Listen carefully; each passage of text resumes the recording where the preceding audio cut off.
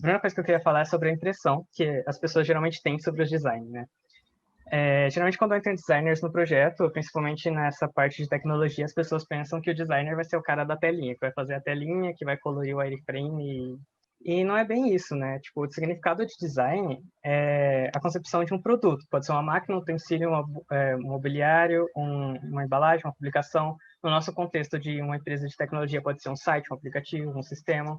E é no que se refere à sua forma física e funcionalidade. Então, o design ele é forma e função. Ele é pensado para a gente resolver problemas. Ele não é pensado para ele ser avaliado artisticamente. Então, é claro que existem designers incríveis que fazem telas lindas, mas a gente tem que pensar que nem toda tela bonita é uma tela com uma boa usabilidade. E o UI, ele foca mais na usabilidade do que na estética. Então, a gente estuda muita coisa. A gente estuda layout, estuda brand, estuda identidade visual, estuda fonte, contraste, enfim, coisas. UI ele significa User Interface e traduzindo para o português é design de interface do usuário. Então a gente trabalha literalmente com interfaces. A interface é o meio pelo qual o usuário ele se comunica, interage com o sistema.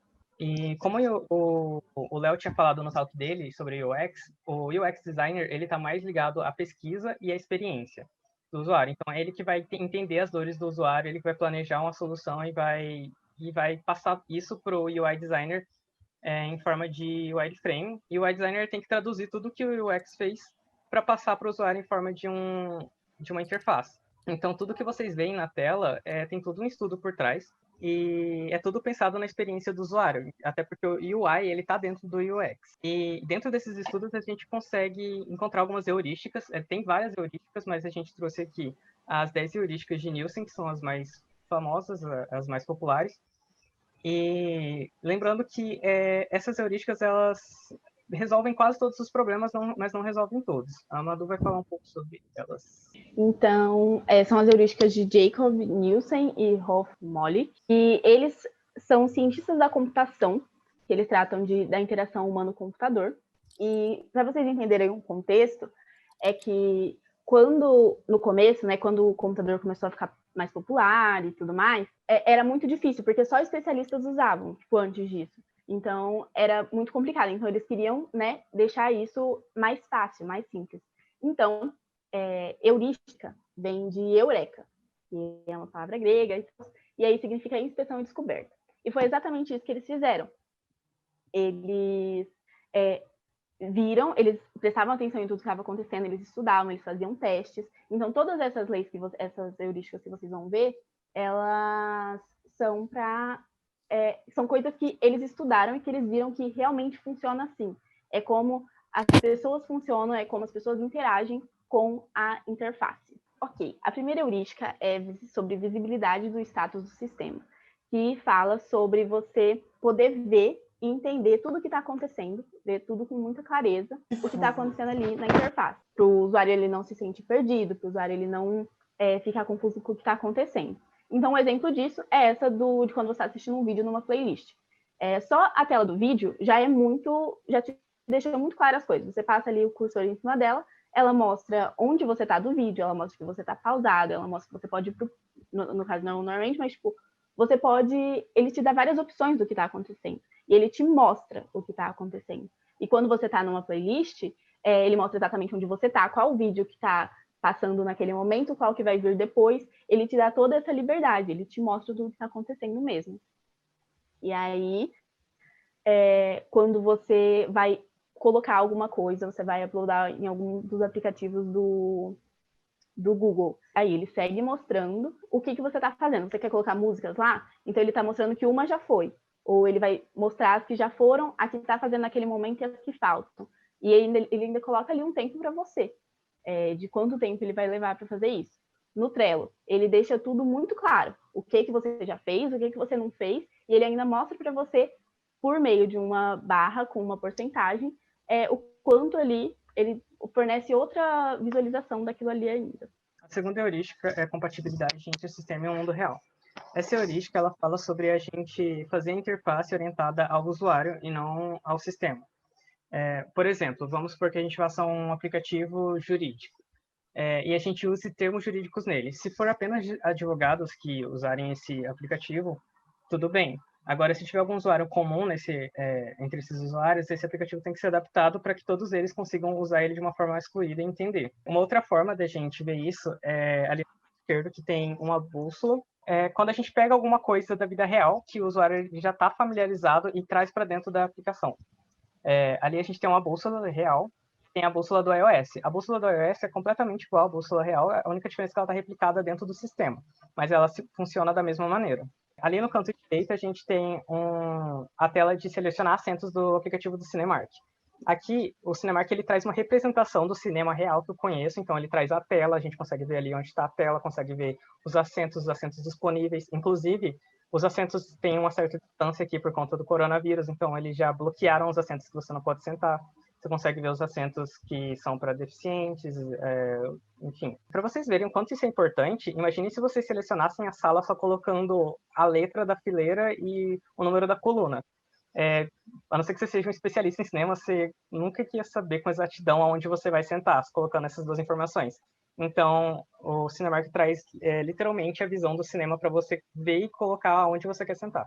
A gente também vê esses exemplos nos ícones. Aqui embaixo a gente tem uma lixeira.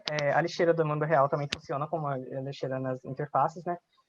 A gente geralmente joga as coisas que a gente não quer mais dentro da lixeira, as coisas que não prestam. Então, quando você exclui um arquivo, geralmente vai para a lixeira. A gente tem um carrinho de compras, que no mundo real a gente coloca os produtos e no final a gente paga por eles. Funciona também da mesma forma nas interfaces. Ali em cima a gente tem um despertador, tem um microfone, tem um avião, o famoso modo avião, que geralmente a gente usa em viagens. E geralmente quando você entra em avião, você tem que colocar, até porque é um aviãozinho desenhado, então o usuário já pensa que esse modo tem que estar ativado dentro do avião. Tem a estrelinha. A estrelinha é geralmente usada ou para você avaliar ou para você colocar nos favoritos, como por exemplo o Google, você coloca um site nos favoritos clicando na estrelinha. Essa estrelinha, no caso, antes de a gente começar a ter esses sistemas, assim, ninguém disse que estrelinha significava favoritos. Mas foi algo que, como os sites, os aplicativos começaram a usar tanto, que isso já ficou internalizado, já ficou familiarizado com o usuário, que toda vez que ele vê uma plataforma com essa estrelinha, ele já vai interpretar que ela é para favoritos, assim como o coração também, que tanto pode ser usado para favoritos como para você favoritar uma imagem, como por exemplo no Instagram. E o like foi popularizado pelo Facebook, que em qualquer lugar que você vê esse símbolo, você sabe que esse símbolo é de gostei, é uma avaliação boa, porque já está familiarizado na cabeça do usuário. Aí, a terceira heurística é sobre liberdade e controle do usuário. E aí eu queria que vocês notassem que aqui nós estamos construindo as heurísticas, elas montam um ambiente que seja confortável para o usuário. Então, visando sempre o bem-estar do usuário. Então, esse liberdade e controle do usuário, ele vai ajudar com isso. Ele vai mostrar que ele pode fazer as coisas com segurança. Ele pode desfazer uma ação que ele já fez, como nessa de enviar uma mensagem e depois desfazer isso. Porque, por exemplo, o WhatsApp, ele nem sempre ele teve essa opção de você excluir mensagem. Então, é uma coisa que, né, faz você confiar mais na plataforma que você está. Que faz você tomar decisões ali com mais segurança, saber que você vai poder cancelar elas a qualquer momento. E eles só aprimoram isso, porque antes você podia só excluir isso daí no momento, logo depois que você enviou. E aí agora eles estão aprimorando essa funcionalidade para você poder excluir quando você quiser. E se a pessoa já viu, se ela não viu, você poder excluir a mensagem mesmo assim. E é uma coisa que as pessoas normalmente não gostam, mas ainda assim faz você interagir com a plataforma de uma forma mais tranquila e segura. E aí a mesma coisa quando você está instalando um jogo pela Steam. Você pode cancelar ali a qualquer momento, você está vendo o que está acontecendo, você sabe o que vai acontecer depois, e é isso aí. A quarta heurística é consistência e padronização. Essa heurística, o nome dela já meio que explica ela. A gente tem que seguir uma consistência dentro das nossas interfaces. Por exemplo, se você usa um botão verde de afirmação em uma parte da interface, você tem que usar essas afirmações como verde em toda ela, que se você mudar de cor, o usuário pode interpretar que seja alguma outra coisa. Você deve seguir também a consistência em espaçamentos, em contrastes, em cores, em fontes. A gente consegue ver isso também não só em um mesmo sistema, a gente consegue ver uma padronização em vários sistemas diferentes da mesma categoria, por exemplo. Geralmente, a gente vê que quando a gente entra em um site, a logo do site está no canto superior esquerdo e quando a gente clica nessa logo, a gente espera que a gente vá para a home do site. Então, isso é um padrão.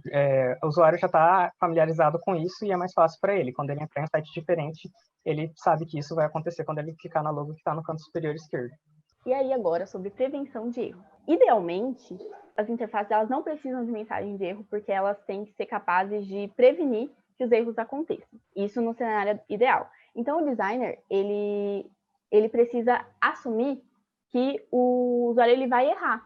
E aí ele precisa tomar as decisões e tomar medidas para lidar com aquele possível erro. Então, por exemplo, quando você vai apagar uma coisa, ele vai confirmar se você realmente quer apagar, para você não apagar as coisas por engano. E é até estranho, isso é tão comum que a gente até estranha quando não tem quando nada aparece, você só exclui as coisas, você não sabe se você realmente excluiu, porque a gente está acostumado com esse processo. Então, a mesma coisa entra quando a gente vai falar de botão inativo, que a gente deixa lá porque ele não preencheu alguma coisa, ou porque ele não pode fazer alguma coisa. Então, nós deixamos esse botão inativo para não correr o risco dele tentar ir e aí aparecer uma mensagem em vermelho lá, ou alguma coisa, ou algum aviso assim.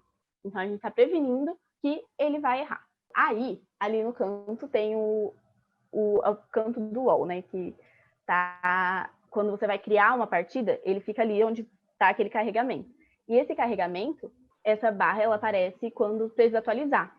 E aí, ela aparece bem no lugar onde era para você criar a partida. Então, ele não vai nem deixar você entrar para criar a partida, para você correr o risco de criar a partida, você começar lá e tal, criar toda a expectativa, e quando você for jogar, ele aparecer. Não dá porque você está atualizando. Ele não vai nem deixar você fazer isso.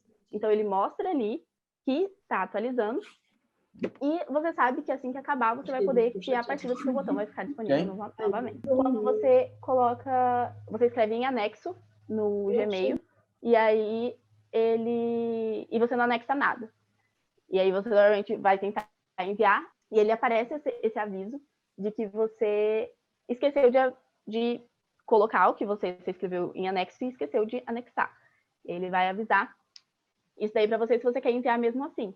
Então, ele está prevenindo que você cometa o erro de enviar uma mensagem sem o que você queria fazer realmente. A sexta heurística é reconhecimento ao invés de memorização. Essa heurística, ela fala justamente para o usuário que o usuário não tem que ficar memorizando tudo na interface. A interface ela tem que se comunicar com o usuário e guiar ele o tempo todo. Por exemplo, aqui nessas plataformas de streaming, quando você começa a assistir um filme ou uma série e você não termina eles, quando você acessar essas plataformas de novo, a primeira opção que vai aparecer para você são esses filmes e essas séries que você não terminou. Então você não tem que pesquisar eles de novo ou encontrar eles. Essas plataformas elas recomendam também filmes e séries com base no que você assiste, então isso também facilita nas suas buscas. Funciona muito bem também em e-commerces, porque, por exemplo, na Amazon, quando eu pesquiso algum produto e visualizo, ele fica no meu histórico de visualização. Então, quando eu entrar de novo na Amazon e eu quiser ver aquele produto, em vez de eu pesquisar ou fazer todo o caminho que eu fiz para ver ele, é só eu clicar lá para visualizar. E também isso funciona com essas plataformas que seguem esse padrão. Por exemplo, a Netflix, o Prime Video e a Disney, vocês conseguem ver que elas seguem o padrão, né? Já entra um pouco daquela outra heurística de padronização. A logo sempre no canto superior esquerdo, o menu ali mais no lado esquerdo, o perfil no lado direito. Então, e eu como usuário da Netflix, se eu começar a usar a Disney Plus, eu não preciso reaprender a usar, aprender totalmente a usar a Disney Plus. Eu já tenho essa experiência de outras plataformas de streaming que eu já usava. Então, é bem mais prático para o usuário, ele consegue fazer uma navegação bem mais fluida. A gente consegue ver isso também nos aplicativos de banco, porque geralmente, quando a gente vai fazer uma transferência, a gente tem que colocar a agência, a conta, o nome, o CPF da pessoa que você está transferindo.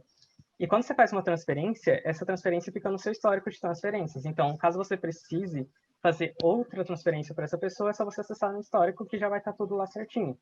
E melhor ainda, se você faz muitas transferências para uma pessoa, você pode salvar elas nos favoritos. Aí ali a gente deve ver a estrelinha lá, favoritos. E aí você consegue já só selecionar a pessoa e no máximo colocar o valor que você está transferindo e a data. E aí a heurística de eficiência e flexibilidade de uso, que essa heurística ela visa contemplar o maior número possível de pessoas que podem usar a sua plataforma. Então, desde uma pessoa que sabe pouco até uma pessoa que já está super acostumada com aquilo ali. Então, ela visa contemplar todas as pessoas. E, por exemplo, o Léo até trouxe esse exemplo da Amazon, que quando você não tem tanta confiança num aplicativo, na plataforma, você vai lá e você vai colocar no carrinho e você vai seguir navegando até você entender melhor o que está acontecendo. E aí, para as pessoas que já são habituadas com aquilo, elas podem fazer essa compra com um clique. Uma coisa que é muito interessante, a gente sempre esquece, que é o lance do Ctrl+C, Ctrl+V. Eu demorei muito para acostumar a usar. Porque eu era muito mais devagar, no caso, com tecnologia, assim. E aí eu ia lá no processo de ir com o direito do mouse, aí copiar, colar, e tudo isso aí. Só que é muito... E aí quando você vai se habituando, você consegue fazer as coisas mais rápido, e aí você só vai indo. Aí eles dão essa flexibilidade de poder usar da forma que você quiser, conforme você for se habituando, é muito contemplativa, né, no caso.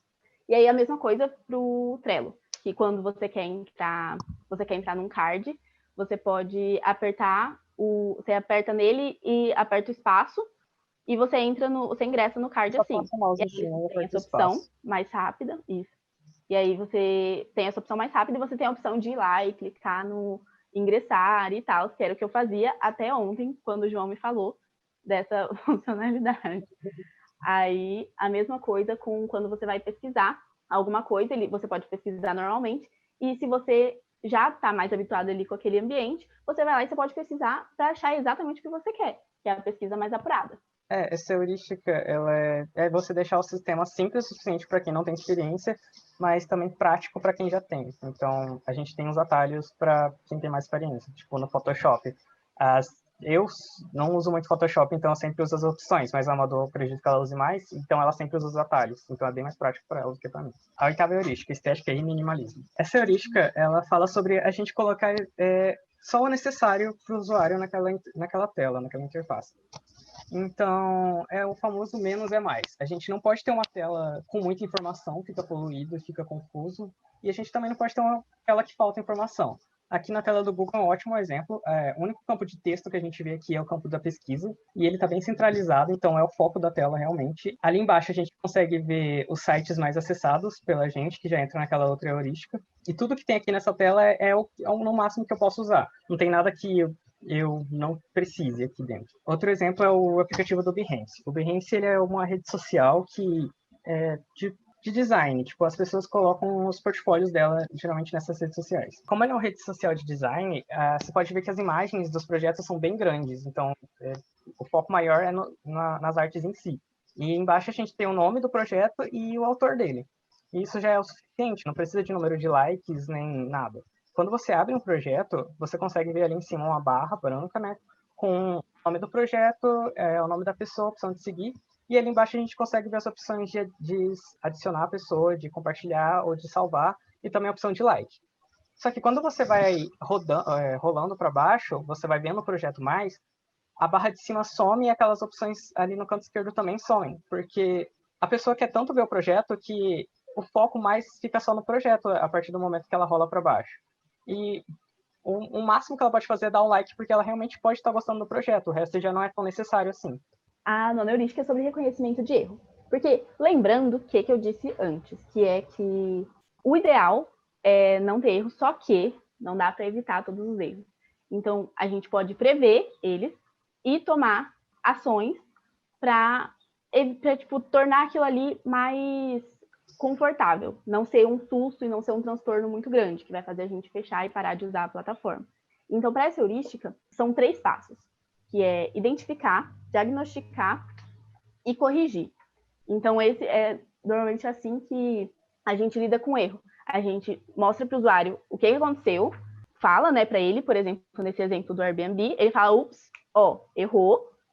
Aí ele vai falar, ele diagnosticou, porque ele falou o que aconteceu, você não achou a página que você queria, e aí ele ofereceu outras opções ali. Ele colocou outros lugares que você na verdade estava querendo e tal, e aí você vai ver aquelas opções e talvez achar o que você queria.